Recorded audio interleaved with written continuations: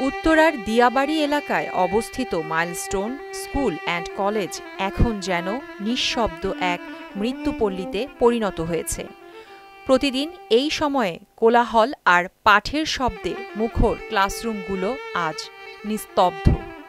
করিডোরে নেই শিক্ষার্থীদের চেনা ছোটাছুটি কিংবা হাসির আওয়াজ।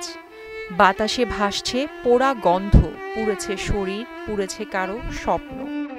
স্কুল ভবনের সামনে ছড়িয়ে ছিটিয়ে রয়েছে শিশুদের বই, খাতা, ব্যাগ, জুতা, পানির বোতল, এমনকি কিছু শিশুর আঁকা ছবিও। যাদের কোমল হাতে এসব বই খাতায় প্রতিদিন লেখা হতো, তাদের অনেকে আজ আর নেই। কেউ কেউ হয়তো হাসপাতালে মৃত্যুর সঙ্গে লড়ছে পোড়া শরীর নিয়ে।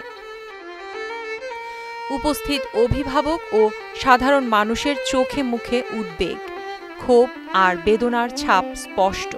স্কুলের এক অভিভাবক বলেন, এগুলো আমাদের সন্তানের বই। গতকাল পর্যন্ত তারা এখানে পড়ালেখা করছিল, এখন শুধু ছাই আর ধোঁয়া। স্কুল তো নিরাপদ আশ্রয় হওয়ার কথা, কিন্তু সেটা আজ মৃত্যু ফাঁদে পরিণত হয়েছে।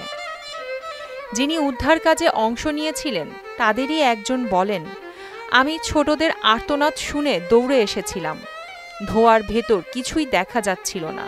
যারা বেঁচে ফিরেছে তারাই বলেছে ভেতরে বের হওয়ার পথ খুঁজে পায়নি।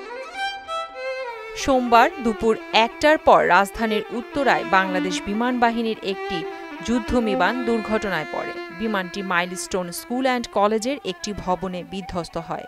সঙ্গে সঙ্গেই ভবনে আগুন ধরে যায়। বিধ্বস্ত ভবনটিতে তখন বহু শিক্ষার্থী উপস্থিত ছিল। এ ঘটনায় বেশিরভাগই হতাহত হয়েছে। প্রিয়াঙ্কা নিতু, মোহনা ডিজিটাল।